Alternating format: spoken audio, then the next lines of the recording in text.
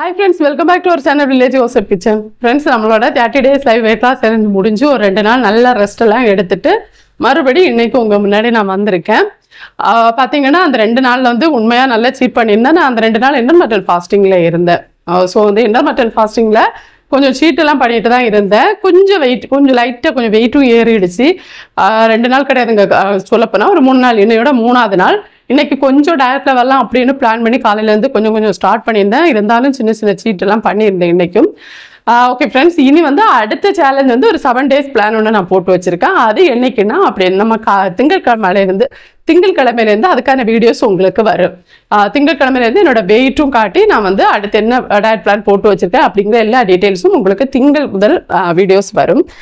இப்போ பார்த்தீங்கன்னா நான் சொல்லியிருந்தேன் இல்லையா, ஒரு பர்த்டே பார்ட்டி இருந்துச்சு 7ஆம் தேதி. ஸோ பர்த்டே ஃபங்க்ஷனுக்கு நான் என்னென்ன சமைச்சிருந்தேன், கேக்கு நான் செஞ்சுருந்தேன்.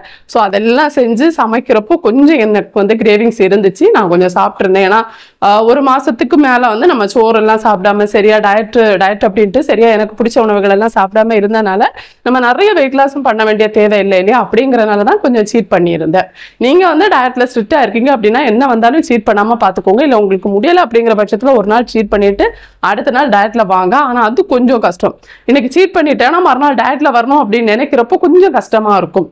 அதை நம்ம அப்படியே அந்த ஒரு நாள் கூட கடந்து அப்படியே போயிட்டோம் அப்படின்னா அடுத்து நம்ம டயட்ல ஃபாலோ பண்ணிக்கலாம்.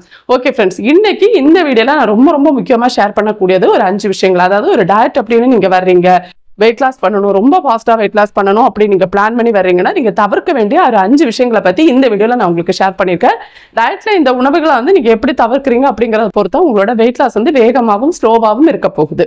ஸோ அதுக்கு என்னென்ன பண்ணணும் அப்படிங்கிறத இந்த வீடியோவில் உங்க கூட ஷேர் பண்ண போகிறேன். ஃபர்ஸ்ட் விஷயம் என்ன அப்படின்னா, நீங்கள் டயட்டில் வந்து ஃப்ரூட்ஸ் அதிகமாக எடுத்துக்கிறது. சிலர் பார்த்தீங்கன்னா நாங்கள் கரெக்டாக டயட் ஃபாலோ பண்ணிட்டு இருக்கோம் சிஸ்டர், என் கமெண்ட்ஸே சொல்லுவாங்க, நாங்கள் கரெக்டாக டயட் ஃபாலோ பண்ணிட்டு இருக்கோம், டயட்டில் எடுக்கக்கூடிய உணவுகள் தான் நாங்கள் எடுத்துட்டு இருக்கோம், இருந்தாலுமே எங்களுக்கு வந்து வெயிட் லாஸே ஆக மாட்டேங்குது, இல்லைன்னா ரொம்ப ஸ்லோவாக வெயிட் லாஸ் இருக்கு அப்படின்னு சொல்லுவாங்க. ஸோ அவங்களோட டயட் பிளான் கேட்டிங்கன்னா அதில் இருக்கிற முக்கியமான தப்பை வந்து ஃப்ரூட்ஸ். அவங்க 3 வேளையும் ஃப்ரூட்ஸ் எடுக்கிற மாதிரி இருக்கும், அதுவும் ரொம்ப அதிகமாக எடுத்துக்கிற மாதிரி இருக்கும். நானுமே இந்த லாஸ்ட் டயட்ல பார்த்தீங்கன்னா ஃப்ரூட்ஸ் வந்து 2 வேளை எடுத்துட்டு இருந்தேன். என்னோட வெயிட் லாஸ் வந்து எந்த அளவு ஸ்லோவாக இருந்துச்சு உங்களுக்கு தெரியும்.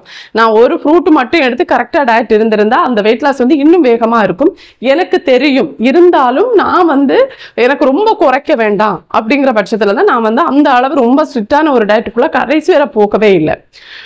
ஸோ வந்து சோறெல்லாம் நம்ம அவாய்ட் பண்ணியிருந்தாலும் கூட நான் வந்து ஃப்ரூட்ஸை வந்து ரொம்ப அவாய்ட் பண்ணலை. ஏன்னா ஸ்கின்னுக்கு ரொம்ப நல்லது அப்படிங்கிறதுனால அது எனக்கு ரொம்ப வெயிட் லாஸ் வேண்டாம், கொஞ்சம் வெயிட் லாஸ் போதும் அப்படிங்கிறதும் ஒரு காரணமா இருந்துச்சு. ஸோ அதே மாதிரி நீங்கள் ஃபாஸ்ட்டாக வெயிட் லாஸுக்கு ட்ரை பண்ணுறீங்க, வெயிட் லாஸே ஆகலை அப்படிங்கிற பட்சத்தில் வந்து நீங்கள் உங்கள் எடுத்துக்கிற ஃப்ரூட்ஸோட அளவுகளை குறைவாக எடுத்து ஒரே ஒரு ஃப்ரூட் இல்லைன்னா 2 ஃப்ரூட் எடுத்துக்கிற மாதிரி பாருங்கள். அதுக்கு மேலே எடுத்துக்க கூடாது. அந்த ஒரு ஃப்ரூட் 2 ஃப்ரூட்னு சொல்லுவாங்க, இது வந்து ஆப்பிள் இல்லைன்னா கொய்யா அந்த மாதிரி பார்த்துக்கோங்க. வேறு ஃப்ரூட் எதுவும் எடுத்துக்க வேண்டாம். இந்த திராட்சை, அப்புறம் வந்து நம்ம வேறு நிறைய ஃப்ரூட் இருக்குது, இந்த மாதுளம்பழம், மாம்பழம், வாழைப்பழம், இந்த மாதிரி ஃப்ரூட்டுகளை வந்து அவாய்ட் பண்ணிக்கலாம். வேகமாக வெயிட் லாஸ் பண்ணணும் அப்படின்னு நினைக்கிறவங்களுக்கு தான் இந்த டிப்ஸை சொல்லியிருக்கேன். மற்றபடி இது டயட்ல எடுக்கக்கூடாது அப்படின்னு கிடையாது, எடுக்கலாம். அது எடுக்கிறப்போ வெயிட் லாஸ் வந்து ரொம்ப ஸ்லோவாக இருக்கும், இல்லை அப்படியே நின்று அந்த மாதிரி ரொம்ப ஒரு லாங் டைம் ப்ராசஸாக இருக்கும். அதனால சொல்கிறேன். 2வது விஷயம் அப்படின்னா தண்ணி குடிக்கிறது. நிறைய பேர் பண்ணுற தப்பு அப்படிதான், தண்ணி குடிக்கிறத மறந்தே போயிடுவாங்க. டயட்டுன்னு இருப்பாங்க, அவங்க தண்ணி குடிக்கிறத மறந்தே போயிருப்பாங்க. அந்த தப்பை பண்ணவே செய்யாதீங்க. ஒரு நாளைக்கு 3லேருந்து 4 லிட்டர் உங்களோட ஹைட் அண்ட் வெயிட்டுக்கு ஏற்ற மாதிரி வாட்டர் வரும். அந்த தண்ணியை வந்து நீங்கள் கண்டிப்பாக எடுத்தே ஆகணும். அதை மறக்கவே செய்யாதீங்க, அந்த தப்பை பண்ணவே செய்யாதீங்க. தண்ணி உங்களுக்கு நைட்டு தூங்க போகிற வரைக்கும் கூட நீங்கள் தண்ணியை எடுத்துக்கலாம். ஸோ அதனால் அதை மறந்து போயிடாமல் தண்ணியை கரெக்டாக எடுத்துக்கோங்க. ஸோ 2 விஷயம். 3வது விஷயம் என்ன அப்படின்னா காய்கறிகளை குறைக்கிறது.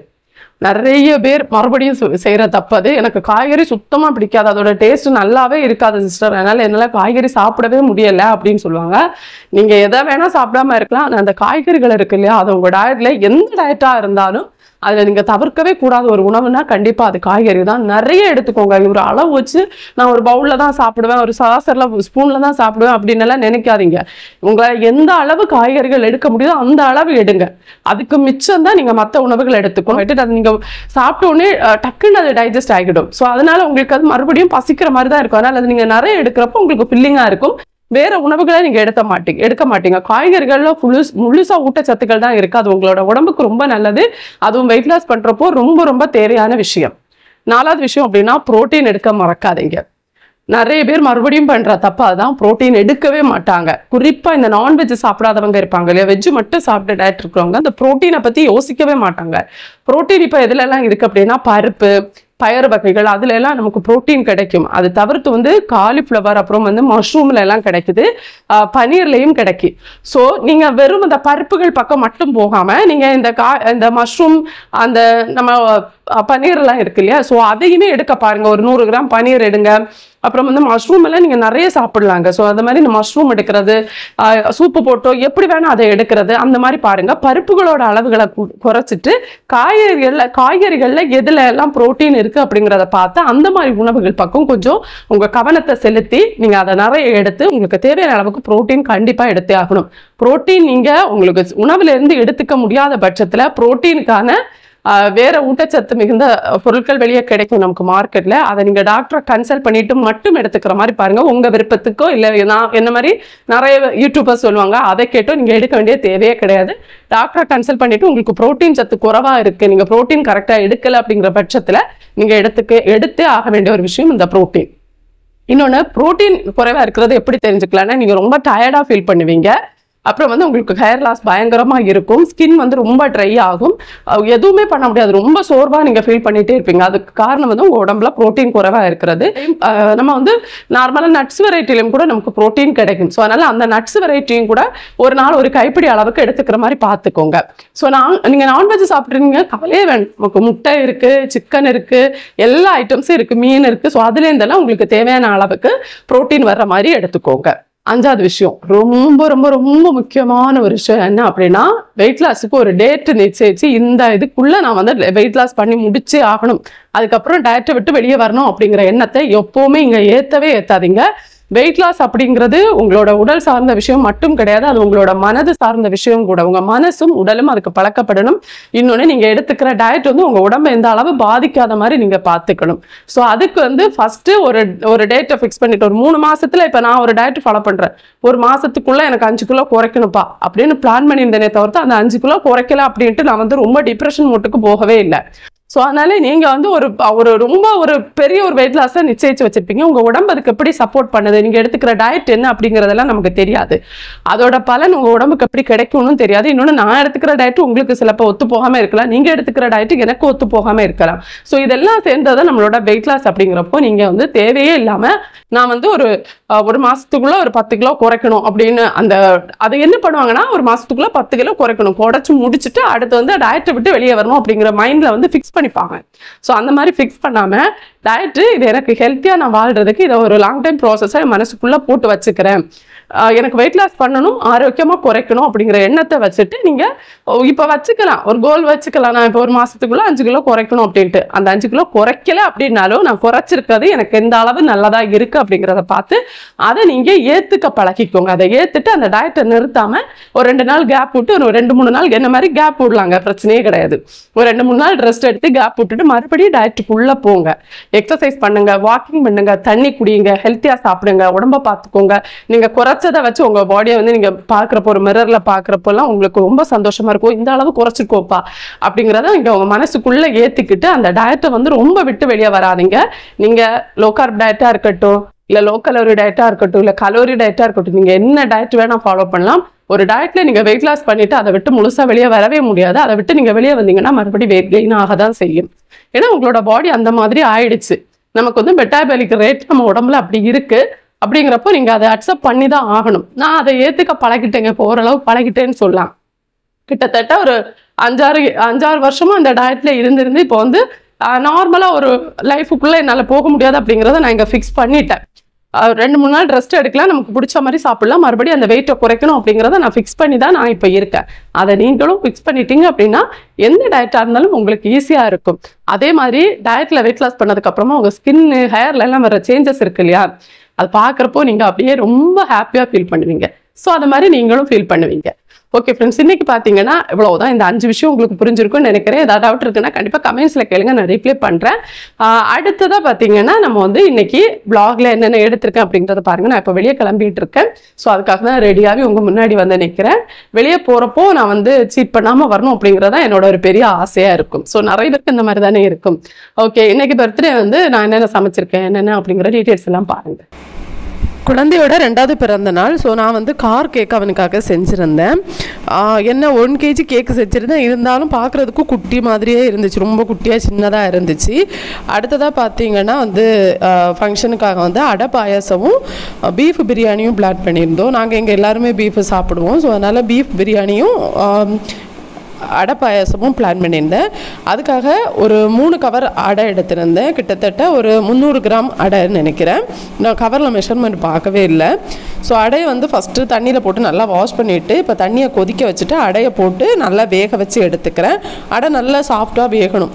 வெந்ததுக்கப்புறமா இந்த அடையை பார்த்திங்கன்னா நம்ம வந்து ஒரு வடிதட்டி இருக்கு இல்லையா, அந்த வடிகட்டி இருக்கு இல்லையா, அதில் போட்டு நல்லா ஃபில்ட்ரு பண்ணி எடுத்துட்டு அதை வந்து பச்சை தண்ணியில் டேப் வாட்டரை ஓப்பன் பண்ணி விட்டு அதை வந்து நல்லா வாஷ் பண்ணணும். அது எதுக்காகனா இந்த அடை வந்து ஒன்றோட ஒன்று ஒட்டாமல் இருக்கிறதுக்காக தான். இந்த பக்கம் பார்த்திங்கன்னா பிரியாணி வந்து ரெடி ஆகிட்டுருக்கு. ஸோ அதுக்காக பட்டை லவங்கையெல்லாம் வதக்கிட்டு அதில் வந்து வெங்காயத்தை போட்டு அங்கே தாளிச்சிட்ருக்கேன். ஸோ வெங்காயம் அந்த பக்கம் வதங்கிட்டு இருக்கு. இந்த பக்கம் பார்த்திங்கன்னா நம்ம வந்து அடையை அங்கே வாஷ் பண்ணுறதுக்கு எடுத்து வச்சுட்டு இந்த பக்கம் வந்து அதே சட்டியை நல்லா வாஷ் பண்ணி எடுத்துகிட்டு அதில் வந்து ஜவ்வரிசி போட்டிருக்கேன். 100 கிராம் ஜவ்வரிசி போட்டு அந்த ஜவ்வரிசி மூழ்கிற அளவு தண்ணி ஊற்றி இந்த ஜவ்வரிசியை வேக வச்சு எடுத்துக்கணும். இப்போ பார்த்திங்கன்னா அடையை வந்து நாங்கள் கழுவுறதுக்காக எடுத்து வச்சுருக்கோம். இப்போ கழுவிட்டுருக்கேன். டேப் வாட்டர் ஓப்பன் பண்ணி விட்டு பச்சை தண்ணியில் அடையை நல்லா வாஷ் பண்ணி எடுத்துக்கணும். அடை வந்து ஒன்றோட ஒன்று ஒட்டாமல் வர்றதுக்காக தான். இப்படி நம்ம கழுவலை அப்படின்னா இந்த மாதிரி வாஷ் பண்ணி எடுக்கலைன்னா அடை ஒட்டிடும், அதுக்காக தான். அடுத்ததாக வேக வச்சுருக்க ஜவ்வரியில் வந்து ஒரு 2 ஸ்பூன் அளவுக்கு நெய் சேர்த்து வேக வச்சுக்கிறேன். அப்போ தான் ஜவ்வரிசி வந்து ஒட்டாமல் அப்படி நீட்டாக வரும். அடுத்ததாக இந்த பக்கம் ஜவ்வரிசி வேகிற கேப்பில் நம்ம பாயசத்துக்கு தேவையான தேங்காய் பால் எடுத்துகிட்ருக்கோம். ஒரு தேங்காவோட பால் வந்து 3 பால் எடுத்துக்கணும். முதல் தேங்காய் பால், 2வது பால், 3வது தேங்காய் பால். இந்த பக்கம் வந்து வெங்காயம் நல்லா வதங்கிடுச்சு. அடுத்ததாக வந்து கட் பண்ணி வச்சுருக்க தக்காளி சேர்த்துக்கிறோம். பிரியாணிக்கு சேர்த்துட்டு அதையும் வதக்கிட்டு இஞ்சி பூண்டு பேஸ்ட்டு சேர்த்துக்கிறேன். இதுக்கு வந்து இஞ்சி பூண்டு பேஸ்ட்டு போட்டு அதையும் வதக்கிட்டு இந்த பக்கம் தேங்காய் பால் நாங்கள் எடுத்துகிட்ருக்கோம். முதல் தேங்காய் பால் எடுத்தாச்சு, அதை வந்து தனியாக நம்ம எடுத்து வச்சுக்கலாம். அடுத்ததாக 2வது தேங்காய் பால், 3வது தேங்காய் பால், 3ம் எடுத்து வச்சுருக்கோம். அடுத்ததாக பார்த்திங்கன்னா இது வந்து நல்லா வெந்ததுக்கப்புறமா தக்காளி நல்லா வதங்கினதுக்கப்புறமா இப்போ தேவையான அளவுக்கு உப்பு சேர்த்துக்கிறேன். இப்போ இதில் தேவையான மசாலா சேர்த்துக்கலாம். மஞ்சள் தூள், மல்லித்தூள், மிளகாய்த்தூள், அப்புறம் சிக்கன் மசாலா கொஞ்சம் போட்டிருக்கோம். கரம் மசாலாவும் சேர்த்துக்கலாம். நாங்கள் வந்து சிக்கன் மசாலா கொஞ்சம் போட்டிருக்கோம். 2 கிலோ பிரியாணி செய்கிறோம். 2 கிலோ பிரியாணிக்கு 2 கிலோ பீஃப் எடுத்துருக்கோம். மொத்தமாக அப்போ 4 கிலோ வர மாதிரி இருக்கும். அதுக்கேற்ற மாதிரி மசாலாலாம் போடுறேன். ஃபஸ்ட் டைமாக வந்து கொஞ்சம் பெரிய அமௌண்ட்டில் நான் பிரியாணி செய்கிறேன். வீட்டில் நார்மலாக 1 கிலோ 1.5 கிலோ அந்த மாதிரியெல்லாம் செஞ்சுருக்கேன். பட் 2 கிலோ செய்கிறப்போ கொஞ்சம் பதட்டமாகவே எனக்கு இருந்துச்சு. 1.5 கிலோ கூட நான் செஞ்சதில்லை, 1 கிலோ தான் பிரியாணி நாங்கள் வழக்கமாக நான் செஞ்சுருக்கேன். அடுத்ததாக மசாலா வதங்கினதுக்கப்புறமா ஒரு பேக்கெட்டு தயிர் கூட சேர்த்து அதை கிளறி விட்டுட்டு அந்த மசாலா நல்லா மிக்ஸ் ஆகட்டும். இந்த பக்கம் பார்த்திங்கன்னா ஜவ்வரிசி நல்லா வந்துடுச்சு. அது கூட அடையை சேர்த்துக்கிறேன். கடன்னு 2 பக்கம் வேலை ஓடிட்டே இருந்துச்சு. நான் தான் செஞ்சுட்டு இருந்தேன். சின்ன சின்ன மற்ற ஒர்க்கெல்லாம் மற்றவங்களும் பண்ணிட்டு இருந்தாங்க. இப்போ தயிர் சேர்த்துட்டோம். 2 பாக்கெட்டு தயிர் சேர்த்து அதை வந்து நல்லா வதக்கி விட்டுட்டு இது கூட வந்து வேக வச்சு வச்சுருக்கேன் பீஃபை சேர்த்துக்கிறேன். குக்கரில் போட்டு பீஃபை வந்து வேக வச்சு வச்சுருந்தேன். 4 விசில் விட்டு வேக வச்சு வச்சுருந்தேன். இப்போ அந்த பீஃபை போட்டு அதை நல்லா வதக்கிட்டு மூடி போட்டு அதை கொஞ்சம் நேரம் நம்ம ஆவியிலே இந்த மசாலா கூட வேக விடலாம். பீஃப் நம்ம எப்படி பீஃப் பிரியாணி வைக்கிறோமோ இதே மெத்தடில் தான் நம்ம சிக்கன் பிரியாணியும் அதுக்கப்புறம் வந்து மட்டன் பிரியாணியும் வைப்போம். அதே மாதிரி தான் ஃபிஷ் பிரியாணியும். என்ன அந்த வைக்கிற அந்த விதம் மட்டும் அந்த மீட் வெரைட்டி மட்டும் வித்தியாசமாக இருக்கும். நம்மளுக்கு எது ஃபேவரட்டோ அதை வச்சுப்போம், அவ்வளவுதான். அடுத்தது வந்து சர்க்கரை பாவை சேர்த்துக்கிறேன். சர்க்கரை பாவை அப்படின்னா இது வந்து வெள்ளைப்பாகு இருக்கு இல்லையா, அதுதான். இது மாதிரி வடிகட்டி நம்ம சேர்த்துக்கணும். ஏன்னா நிறைய டஸ்ட் இருக்கும். ஆனால் இந்த வடிகட்டி கிடையாது, வேறு ஸ்டீல் வடிகட்டி இருக்குது. அப்படின்னா அந்த டீ காஃபி எல்லாம் வடிப்போம் இல்லையா, அந்த வடிகட்டியில் நம்ம வடிகட்டி எடுத்துக்கணும். இதில் ஜவ்வரிசி நல்லா வந்ததுக்கப்புறமா தான் நம்ம அடை சேர்த்தோம். அடையும் அந்த ஜவ்வரிசி கூட மிக்ஸ் ஆனதுக்கப்புறமா வெள்ளைப்பாகு சேர்த்துட்டு வெள்ளைப்பாகில் அடை வந்து நல்லா வேகணும். 3வது தேங்காய் பால் ஃபஸ்ட்டு சேர்த்துட்டு நல்லா கிளறி விட்டுக்கோங்க. கிளறி விட்டுட்டு அடுத்து 2வது தேங்காய் பால், அதுக்கு லாஸ்ட்டாக வந்து முதல் தேங்காய் பால் சேர்த்துக்கணும். இப்போ வந்து மசாலா கூட நம்ம இறைச்சி வந்து நல்லா வதங்கிடுச்சு. இப்போ அரிசிக்கு தேவையான அளவுக்கு தண்ணி சேர்த்துக்கிறேன். அதுக்கிடையில் இந்த பக்கம் பார்த்திங்கன்னா முதல் தேங்காய் பாலும் சேர்த்து நல்லா கிளறி விட்டுட்டேன். இது கொஞ்சம் கொதிக்கட்டும். அந்த கேப்பில் வந்து சிக்கன் ஃப்ரை பண்ணிகிட்ருக்கோம். அடுத்ததான் வந்து சாலடுக்காக வெங்காயம் கட் பண்ணிகிட்ருக்கோம். வீடியோ ஷூட் பண்ணது என்னோடய பொண்ணு தான், அங்கங்கே ஷூட் பண்ணி வச்சுருக்கா. அடுத்ததாக இங்கே வந்து தண்ணி ஊற்றணும் இல்லையா, அது கொதிச்சதுக்கப்புறமா பிரியாணி அரிசி போட்டிருக்கேன். 2 கிலோ அரிசி போட்டிருந்தேன். அரிசியை போட்டுட்டு லைட்டாக அந்த மாதிரி கிளறி விட்டுட்டு அப்படியே நம்ம மூடி போட வேண்டியது தான். இப்போது பாயசம் ரெடி ஆகிடுச்சு. அதில் வந்து கடைசியாக கொஞ்சம் ஏலக்காய் சுக்கு பவுடர் சேர்த்து அதை நல்லா மிக்ஸ் பண்ணி விட்டுட்டு முந்திரி பருப்பு கிஸ்மிஸ் பழம் ரெண்டும் தாளித்து கொட்டுறேன். இதில் கட் பண்ணி வச்சுருக்க தேங்காய் இருந்தாலும் அதையும் நம்ம வதக்கி போடலாம், நல்லாயிருக்கும், ரொம்ப டேஸ்ட்டாகவும் இருக்கும். இங்கே எங்கள் ஊரோட ஃபேமஸ் உணவு இது. அடுத்தது பார்த்திங்கன்னா இவர் தான் நம்மளோட பர்த்டே பேபி. ஸோ பிறந்தநாள் ட்ரெஸ்ஸில் வந்துட்டுருக்கா போல், அதையும் வீடியோ எடுத்து வச்சுருக்கா. அடுத்ததாக இங்கே வந்து பிரியாணியை வந்து நல்லா அந்த தண்ணி ஓரளவு சுண்டி வந்துடுச்சு. இந்த ஸ்டேஜில் வந்து லைட்டாக கொஞ்சம் கிளறி கொடுத்துக்கணும். அவரோட தம்பிக்கிட்ட சொல்லியிருந்தேன். ஸோ தம்பி அவங்க தான் வந்து அதை கொஞ்சம் லைட்டாக அந்த மாதிரி எடுத்து கிளறி விட்டுருக்காரு. கிளறி விட்டுட்டு கடைசியாக வந்து கட் பண்ணி வச்சுருக்க ஃபஸ்ட்டு வந்து கொஞ்சம் தேங்காய் எண்ணெயும் நெய்யும் சேர்த்துக்கிறேன். நாங்கள் வழக்கமாக சேர்ப்போம். சேர்த்துட்டு அடுத்ததாக வந்து நான் மல்லி இலை தான் இருக்குது இன்றைக்கி, அதை போட்டுக்கிறேன். இது வந்து நம்ம மல்லி இலைக்கு பதிலாக புதினா போட்டோன்னா தான் நல்லா வாசனையாக இருக்கும். புதினா கிடைக்கல இங்கே, அதனால் மல்லி இலை போட்டிருக்கோம். லைட்டாக ஓரளவு கிளறி விட்டுட்டு அப்படியே மூடி போட வேண்டியது தான். அவ்வளோதான், நம்மளோட பிரியாணி வந்து இப்போது 5 நிமிஷத்தில் மணக்க ரெடி ஆகிடும். பிரியாணி ரெடி ஆகிடுச்சு, ரொம்ப டேஸ்ட்டாக இருந்துச்சு. அடுத்ததாக பார்த்திங்கன்னா இதுதான் பிறந்தநாள் பேபியோட கேக்கு. அடுத்ததாக வந்து கேக்கு கட் பண்ண ஆரம்பிச்சிட்டாங்க. அவனோட பேர் வந்து ஜெய்சல். என்னோடய வீடியோஸ்லாம் அடிக்கடி நான் காட்டியிருப்பேன் இல்லையா, ஸோ அவர் தான் அவர். 2வது பிறந்த நாள் இது. முதல் பிறந்த நாளுக்கும் நான் வீடியோ ஷூட் பண்ணி போட்டிருந்தேன்னு நினைக்கிறேன், எனக்கு சரியாக ஞாபகம் இல்லை. இது 2வது பிறந்த நாள். ரொம்ப ஆசையாக அவனுக்காக கேக்கெல்லாம் செஞ்சு ஸ்ட்ராபெரி ஃப்ளேவரில் தான் கேக்கு செஞ்சுருந்தேன். அவனுக்குமே கேக்கு ரொம்ப பிடிச்சிருந்துச்சு. நான் கேக்கு செஞ்சிட்ருக்கிறப்பவே சார் வந்து கொஞ்சம் சாப்பிட்டு டேஸ்டெல்லாம் பார்த்துட்டாரு. இப்போ அடுத்ததான் வந்து நம்ம இப்போ பர்த்டே பேபிக்கு கேக் ஊட்டுறப்போ அவன் ரொம்ப விரும்பி சாப்பிட்டான் அந்த கேக்கு. அது எனக்கு ரொம்ப ஹாப்பியாக இருந்துச்சு. நாங்கள் எல்லாருமே கேக்கு கொடுத்தோம், யார் கேக்கு கொடுத்தாலும் வாங்கி சாப்பிட்டுட்ருக்கான். அது பார்க்குறப்போ கொஞ்சம் சந்தோஷமாக இருந்துச்சு. அவன் எது பண்ணாலும் நல்லாயிருக்கான். அவன் பாட்டியை தான் இப்போ கூப்பிட்டான், வந்து கேக்கு ஊட்டி விடுங்க அப்படின்ட்டு தலை வச்சு அப்படியே அசைச்சு கூப்பிடுறாப்புல. அவங்க என்னோட மாமியார் தான். அதுக்கப்புறமா அவர் வந்து தம்பியோட ஒய்ஃபும் குழந்தையும் தான் இவங்க. ஹஸ்பண்டோட அம்மா இருக்காங்கல்ல, அவங்க தான் அது. நான் இது வரைக்கும் வீடியோவில் காட்டினதில்லைன்னு நினைக்கிறேன் என் ஃபேமிலியை. அடுத்தடுத்து கண்டிப்பாக என்னோடய ஃபேமிலியெல்லாம் உங்களுக்கு நான் வீடியோஸில் காமிக்கிறேன். என்னோடய பெரிய பொண்ணு, வெளியே இருந்து யாரும் இல்லை, நாங்கள் வீட்டில் உள்ளவங்க மட்டும்தான் கேக்கு கட் பண்ணியிருந்தோம். அடுத்ததான் வந்து என்னோடய சின்ன பொண்ணு ஊட்டி விட்டுட்ருக்கா.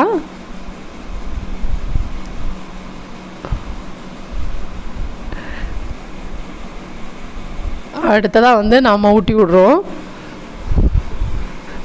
இங்கே எல்லாரோட ஒரு செல்ல குழந்தைன்னு சொல்ல, ஏன்னா பிள்ளைங்க எல்லாருமே வளர்ந்துட்டாங்க. அவன் கடைசியாக வந்து குட்டியாக இருக்கானா, ஸோ அதனால் எல்லாருக்குமே ரொம்ப ஃபேவரெட்டு. அடுத்து வந்து பிரியாணியை இப்போது ஒரு பாத்திரத்தில் மாற்றி வச்சுட்டு அடுத்ததாக நம்ம பிரியாணி வந்து எல்லாருக்கும் கொடுக்க ஆரம்பிக்கலாம் அப்படின்னு நினச்சோம். பெருசாக எல்லாம் கிடையாது, ஃபேமிலிக்குள்ளே தான் ஃபங்க்ஷன், ரொம்ப சின்னதாக தான் செலிப்ரேட் பண்ணியிருந்தோம். ரிலேட்டிவ்க்கெல்லாம் வீட்டுக்கு கொடுத்து விட்டுருந்தோம் பிரியாணி. யாரையும் பெருசாக கூப்பிட்டு உள்ளே வச்சா அந்த மாதிரியெல்லாம் நாங்கள் பண்ணுறது கிடையாது. அது எப்போவுமே அப்படி தான். முதல் பிறந்த நாள் மட்டும் கொஞ்சம் கிராண்டாக எடுப்போம், ரொம்ப கிராண்டாக இருக்காது, அதுவுமே ரொம்ப சிம்பிளாக தான் இருக்கும். எங்களுக்கு அதுவே கிராண்டாக தோணும். மற்றபடி இவ்வளோதாங்க எங்களோட பிறந்த நாள்.